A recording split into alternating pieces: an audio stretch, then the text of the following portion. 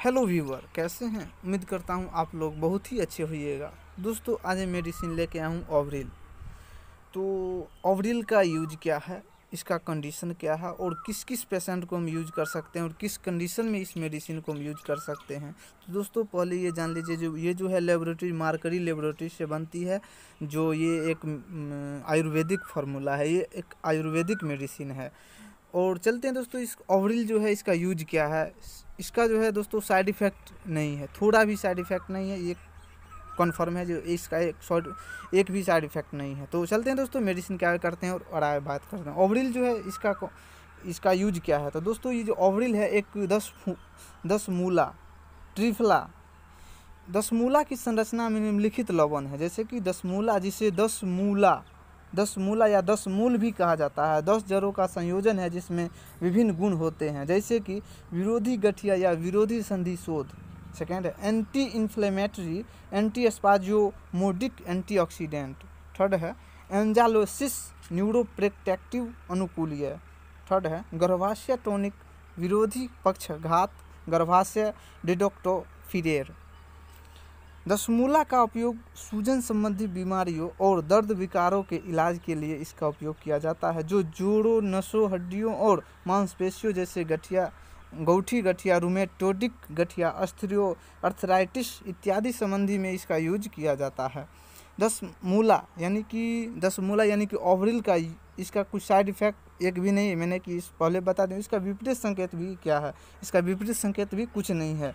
दोस्तों, गठिया है क्या आखिर, व्हाट इज गठिया है क्या। तो दोस्तों, उसका भी मैं डिफिनेशन देने वाला हूँ। गठिया क्या है, ऑस्टियोआर्थराइटिस क्या है, रूमेटोइड गठिया क्या है। तो मैं ऑल इन ऑल जो भी 3 क्वेश्चन मैंने आज मैं इसको आपको क्वेश्चन का जवाब देने वाला हूँ, तो आप लोग थोड़ा गौर से सुनिएगा। चलते हैं दोस्तों, गठिया क्या है। गठिया एक सामूहिक रूप में विभिन्न प्रकार के संयुक्त दर्द, यानी कि 100 से अधिक प्रकार के होते हैं, को दिया जाता है। गठिया के कारण जोड़ों में अस्थायी परिवर्तन हो सकते हैं और कुछ प्रकार के गठिया में फेफड़े, गुर्दे, हृदय, आँख या त्वचा को नुकसान भी पहुंचा सकते हैं। ये हो गया गठिया, इसे ही गठिया कहते हैं। और नेक्स्ट क्वेश्चन है ऑस्टियोआर्थराइटिस क्या है। तो ऑस्टियोआर्थराइटिस भी चलते हैं, आगे की बात करते हैं। ऑस्टियोआर्थराइटिस अपक्षीय संयुक्त रोग के रूप में जाना जाता है।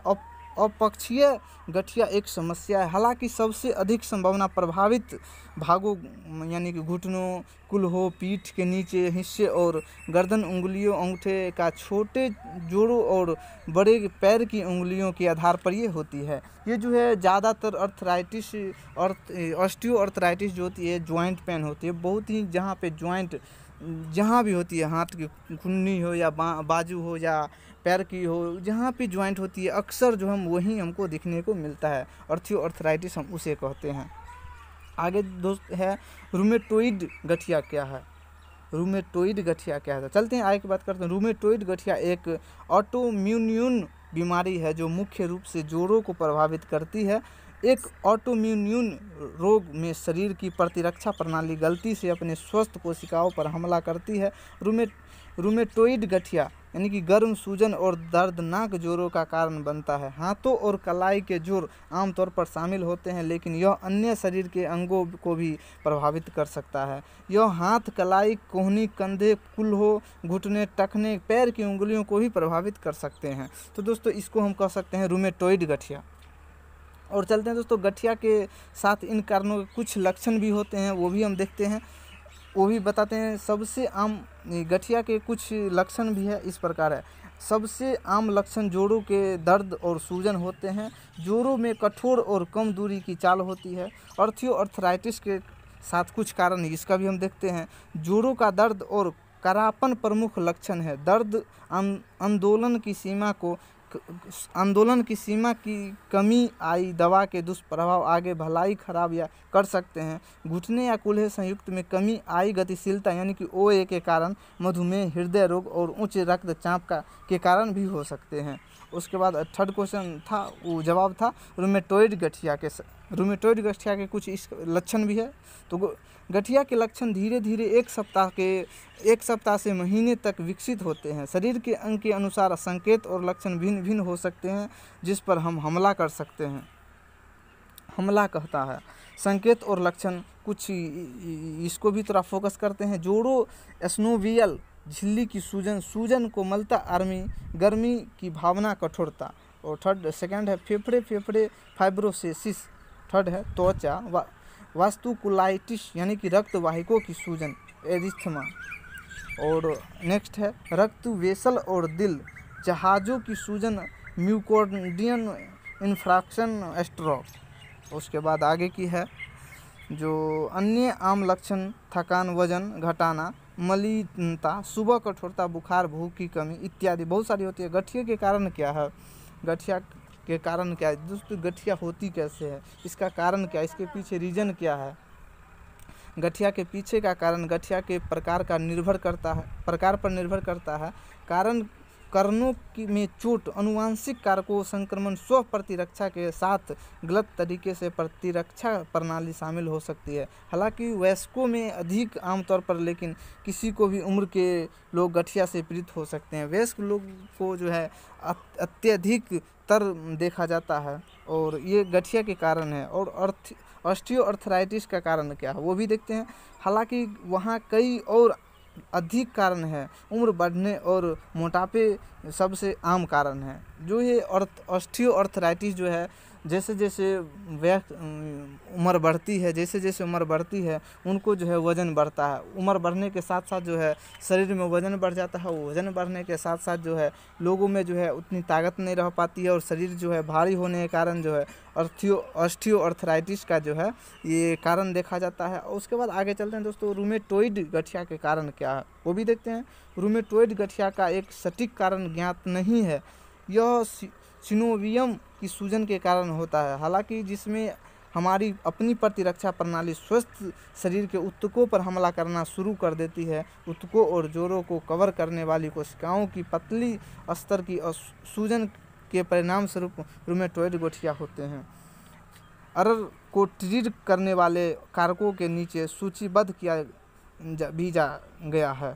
अनुवांशिक कारक, आर्य के पारिवारिक इतिहास वाले व्यक्ति को इस बीमारी से पीड़ित होने की अधिक संभावना होती है। हार्मोनल कारक, जैसे कि पुरुषों की तुलना में महिलाओं की रूमेटोइड गठिया से पीड़ित होने की अधिक संभावना है। यह महिलाएं में एस्ट्रोन की संख्या अधिक होने की उपस्थिति के कारण हो सकता है। लेकिन एस्ट्रोन और RA के बीच का लिंक अभी तक साबित नहीं हुआ है, ऐसे कि। और नेक्स्ट है पर्यावरण कारक, धूम्रपान को रूमेटोइड गठिया से जोड़ा जा सकता है। जो लोग धूम्रपान करते हैं वे धूम्रपान करने वाले लोगों की तुलना में रूमेटोइड गठिया प्राप्त करने का अधिक जोखिम रखते हैं। तो गठिया के लिए सबसे ज़्यादा खराब खाना क्या हो सकती है वो भी देखते हैं। जो जिनको गठिया होती है उनको जो है किस चीज़ों के खाना नहीं खाना चाहिए वो भी देखते हैं। तो नॉट हेड सब्जियों से बचे, जैसे नट्स बेड सब्जियां इस प्रकार है: टमाटर, सफ़ेद आलू, बैंगन, ओकरा, मिर्च, टमाटिलोस आदि। इनमें से मौजूद रासायनिक साल्निन दर्द को जन्म देती है। इसी प्रकार का जैसे टमाटर हो गया, सफ़ेद आलू, बैंगन, ओरर, मिर्च, टमाटिलोस यानी कि इत्यादि जो होती है ये सब जो है एक पेन किलर का उत्पन्न क्रिएट करने का एक उत्तम साधन है। इसे जो है लोग को बरतना चाहिए। नेक्स्ट है तली हुई और प्रसंस्कृत खाद्य पदार्थ। इन खाद्य पदार्थों को कम करने से जोड़ों में सूजन कम हो जाती है और शरीर की प्राकृतिक रक्षा में मदद बहुत ही मिलती है, बहुत ही किफ़ायती होती है। इनकी जो है खाद्य पदार्थों को कम करने से जोड़ों में जो है सूजन कम हो जाती है और शरीर की प्राकृतिक रक्षा में बहुत ही आसान मिलती है। और नेक्स्ट है उन्नत ग्लाइकेशन एंड उत्पाद, यानी कि गरम, ग्रिल्ड, फ्राइड या पोस्ट कार्डन भोजन में मौजूद विष ये सूजन में परिणाम है। नेक्स्ट है शुगर्स और रिफाइंड कार्डर्स उत्पन्न ग्लाइकेशन एंड उत्पाद को बढ़ाते हैं जो गठिया को बिगाड़ता है। गठिया का बिगाड़ने में जो रिफाइन होती है, रिफाइन में तला हुआ जो भी प्रकार की होती है उसे खाना नहीं चाहिए। उनको जो खाने में जो व्यक्ति ये चीज़ पे चटपटे होते हैं उनको जो है पेन जो है क्रिएट करने में थोड़ी भी दिक्कत नहीं होती, उनको जो है बार बार परेशानी करती है। शराब और तंबाकू, शराब से गाउट का खतरा बढ़ जाता है और धूम्रपान से संधि शुद्ध हो जाती है। नेक्स्ट है नमक और संरक्षक, ये आप जोड़ों की समस्याओं पर ले जा सकते हैं। और ऑस्टियोआर्थराइटिस के लिए सबसे ख़राब खाना क्या है वो भी देखते हैं। फूड्स की पुराने ऑस्टियोआर्थराइटिस बदतर बना रहे हैं। रिफाइंड कार्बोहाइड्रेट, नेक्स्ट है मांस और अंडे, नेक्स्ट है ट्रांस वसा। ये 3 जो हैं ऑस्टियोआर्थराइटिस के लिए सबसे ख़राब खाना है। ये तो खाना ही नहीं चाहिए जिनको ये प्रकार की बीमारी शो हो गई है। ऑस्टियोआर्थराइटिस जिनको पास ये क्रिएट हो गई है तो ये चीज़ पे बहुत ही केयर करे। जो रिफाइंड कार्बोहाइड्रेट, मांस और अंडे, ट्रांस वसा जिसमें वसा की भरपूरता होती है, ये सब जो 3 जो है छोड़ देना चाहिए। नेक्स्ट है रिमेटाइड गठिया के लिए सबसे ख़राब खाना क्या होता है वो भी देखते हैं, उस पर हम कैसे केयर करते हैं। संसाधित और तला हुआ भोजन सूजन में वृद्धि करता है। शराब और तंबाकू भोक्ताओं को गठिया होने का बहुत ही खतरा बढ़ जाता है। अतिरिक्त नमक जैसे कि नमक की एक बड़ी मात्रा का सेवन सूजन की वृद्धि कर सकते हैं। और चीनी उत्पादन में जैसे धमनियों में सूजन बढ़कर ये रूमेटाइड गठिया को ख़राब कर देता है और कर सकता है। और गेहूं और लस जो है जोड़ों का दर्द बढ़ता है। गठिया को प्रबंधित करने के लिए क्या करना चाहिए वो भी देखते हैं। 15+ लोग विटामिन डी को अवशोषित करने के लिए त्वचा की क्षमता उम्र के साथ साथ कम हो जाती है, इसलिए विटामिन डी की खुराक लेने के लिए अधिक आवश्यकता होती है। लोगों में जो है विटामिन डी की कमी जो है बहुत ही कम हो जाती है, बहुत ही न्यूनतम हो जाती है। इसलिए जो है लोगों में जो है गठिया का प्रबंधित करने के लिए इसको करना चाहिए। तो गठिया को प्रबंधित करने के लिए क्या करना चाहिए उसके लिए भी उत्तम कुछ कंडीशन है, उसके लिए भी कुछ कार्य है तो उसको भी बरतना चाहिए। जैसे 50+ लोग विटामिन डी को अवशोषित करने के लिए त्वचा की क्षमता उम्र के साथ कम हो जाती है, इसलिए विटामिन डी की खुराक लेने की अधिक आवश्यकता होती है। शरीर में विटामिन डी की कमी के कारण जो है इस प्रकार की गठिया की ये क्रिएट हो जाती है। तो और आगे जो है अपने वजन को प्रबंधित करें, क्योंकि मोटापे से ग्रस्त लोगों में विटामिन डी की कमी पाई जाती है। अक्सर लोग जो है जो व्यक्ति के उम्र के साथ साथ जो जिनके अंदर बहुत ही शरीर को जो फैला हुआ है उनको जो है अंदर में विटामिन डी की कमी होती हैं। और नेक्स्ट है विटामिन डी में स्वाभाविक रूप से समृद्ध खाद्य पदार्थ खाएं। जैसे कि विटामिन डी में स्वाभाविक जो भी होते हैं विटामिन डी समृद्धि खाद्य पदार्थ जो जिसमें विटामिन डी पाई जाती है वो लें, वो बहुत ही उत्तम होती है वज़न को बनाए रखने के लिए, वज़न को बनाए रखने। और नेक्स्ट नियमित व्यायाम, कंटिन्यू जो है लोग जो है व्यायाम करना चाहिए, कंटिन्यू उसको जो है व्यायाम रखना चाहिए। कम से कम पहले मोटापा अगर शरीर फैला हुआ है तो ज़्यादा देर तो नहीं हो सकती है, पहले 5 मिनट, नेक्स्ट डे जो है 10 मिनट और नेक्स्ट डे हो 15 मिनट, जैसे मतलब रेगुलर जो है कम से कम 30 मिनट जो है धीरे धीरे स्टेप बाय स्टेप करने के बाद जो है 30 मिनट कम से कम करना चाहिए। क्योंकि दोस्तों कहा गया है जो व्यायाम करने से अगर लोग को शरीर को मेंटेन तो होता ही होता है, लेकिन बॉडी जो है रॉयल्टी में भी आ जाती है, बॉडी को फिटनेस हो जाती है और बॉडी में जो है एक रॉयल्टी आ जाती है, एक मतलब हैंडसम होने का मतलब बहुत ही चांस हो जाती है। किसी प्रकार के दर्दनाक रोगों और मांसपेशियों को मालिश करना, जैसे कि जहाँ पे दर्द होती है दर्दनाक जोड़ों और मांसपेशियों को मालिश करना चाहिए। और नेक्स्ट है ऑस्टियोआर्थराइटिस को प्रबंधित करने के लिए क्या करना चाहिए उसको भी देखते हैं।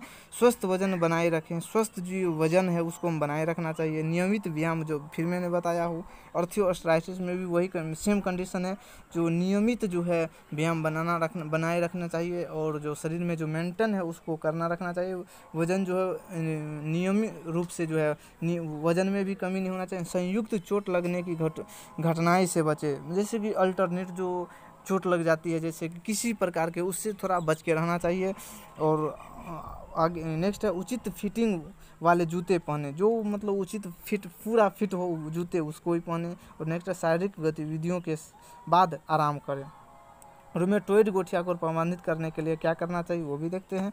वजन कम करें, कुछ पाउंड खोना इस बीमारी से लड़ने की मदद कर सकता है। नेक्स्ट पर्याप्त नींद लें, ध्वनि नींद लक्षणों से छुटकारा पाने में मदद कर सकती है। और शुरुआती लक्षणों पर ध्यान दें, अगर RA से संबंधित कोई लक्षण दिखाई देता है तो उसे डॉक्टर से मिलने की सलाह तुरंत लीजिए और यह जल्द से जल्द इलाज कराने में जल्द से जल्द इसको इलाज कराइए।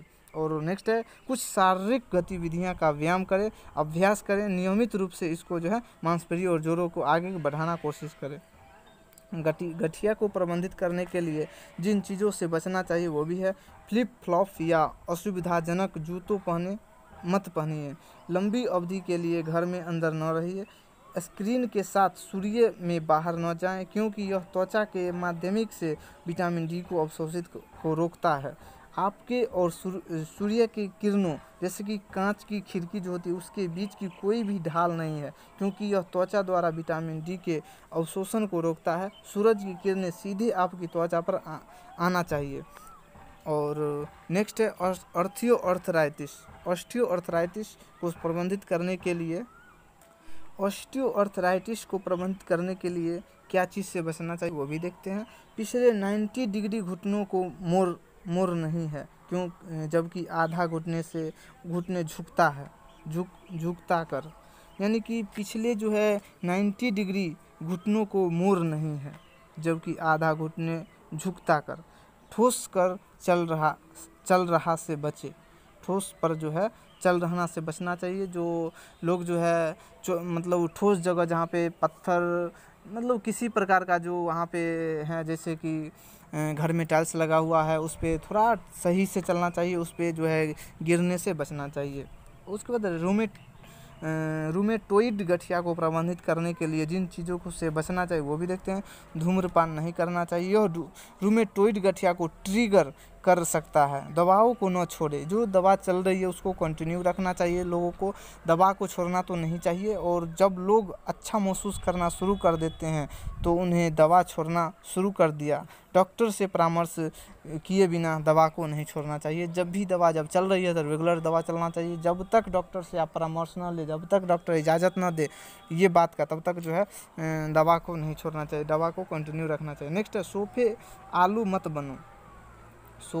मत बनो। हालांकि अगर आपके पास RA था तो आराम करने की सिफारिश की जाती है, लेकिन बहुत अधिक आराम लेना आपके दर्द को और भी ख़राब कर सकता है, यानी कि दर्द और भी बढ़ सकती है। छोटे भौतिक कार्यों को करने से जोड़ों को आगे बढ़ने में मदद मिल सकती है। और नेक्स्ट डॉक्टर से परामर्श किए बिना मछली की खुराक न ले। ऐसी कोई दवा लेना आपके उपचार में हस्तक्षेप कर सकता है और परिणाम स्वरूप दुष्प्रभाव हो सकता है आपको। जब भी आप ऐसी प्रकार के कुछ आपको अगर बनती है तो डॉक्टर से परामर्श ले ले। शराब न पिए, यह आपकी दवाओं के प्रभाव को धीमा कर देता है। ये जो शराब पीने के बाद जो दवा का कुछ जो है काम करने का कुछ चांस ही नहीं बनती है। नेक्स्ट आशा खोना न करे। जो भी आशा खोना आपको निराशजनक बना सकता है और उपचार प्रक्रिया में बाधा डाल सकता है, उस प्रकार की बातों को न सोचना चाहिए। और नेक्स्ट है किसी भी जोरदार व्यायाम को कोशिश न करें। व्यायाम केवल ट्रेनर की देख रेख में ही किया जाना चाहिए। जोरदार व्यायाम लक्षणों को खराब कर सकता है। जो भी मतलब व्यायाम अपने अंदर में उसी को हम अपनाना चाहिए। गठिया के लिए अन्य मशवरे क्या है? तो गठिया के लिए अन्य मशवरे एक्यूपंक्चर और एरोमाथेरेपी जैसे चिकित्सक मदद कर सकते हैं। धूम्रपान, शराब जैसी पदार्थों से बचें। यदि आपके पास ऑस्टियोपोरोसिस का पारिवारिक इतिहास है तो आपको छोटी उम्र में खुद का अतिरिक्त ख्याल रखना होगा। व्यायाम जो है एक आदत बनाएं। ऑस्टियोआर्थराइटिस के लिए अन्य मशवरे के संतुलित आहार का उपयोग करें। अच्छे से सोएं। दर्द, जकड़न और सूजन को कम करने के लिए प्रभावित संयुक्त के लिए गर्म और ठंडे लिफाफे का प्रयोग करें। रूमेटॉइड गठिया के लिए अन्य मशवरे क्या है? चूँकि रूमेटॉइड गठिया के लिए कोई इलाज नहीं है लेकिन इसे प्रबंधित किया जा सकता है। दवाओं का उपयोग कर और जीवन शैली में कुछ बदलाव दैनिक जीवन के गुणवत्ता और सुधार करने के लिए कुछ कर सकते हैं। लेकिन कुछ सुझाव जो है इस प्रकार के भी रूमेटॉइड गठिया का प्रबंधित ढंग से प्रबंधित किया जा सकता है। लंबे समय तक स्थिर स्थिति को बचने की कोशिश करें। लंबी बैठकों से बचें। योग और कसरत का अभ्यास करें। गर्म ठंडा बर्फ पैक का प्रयोग करें। स्वस्थ और पौष्टिक आहार लें। ध्यान और विश्राम की तकनीक का अभ्यास करें।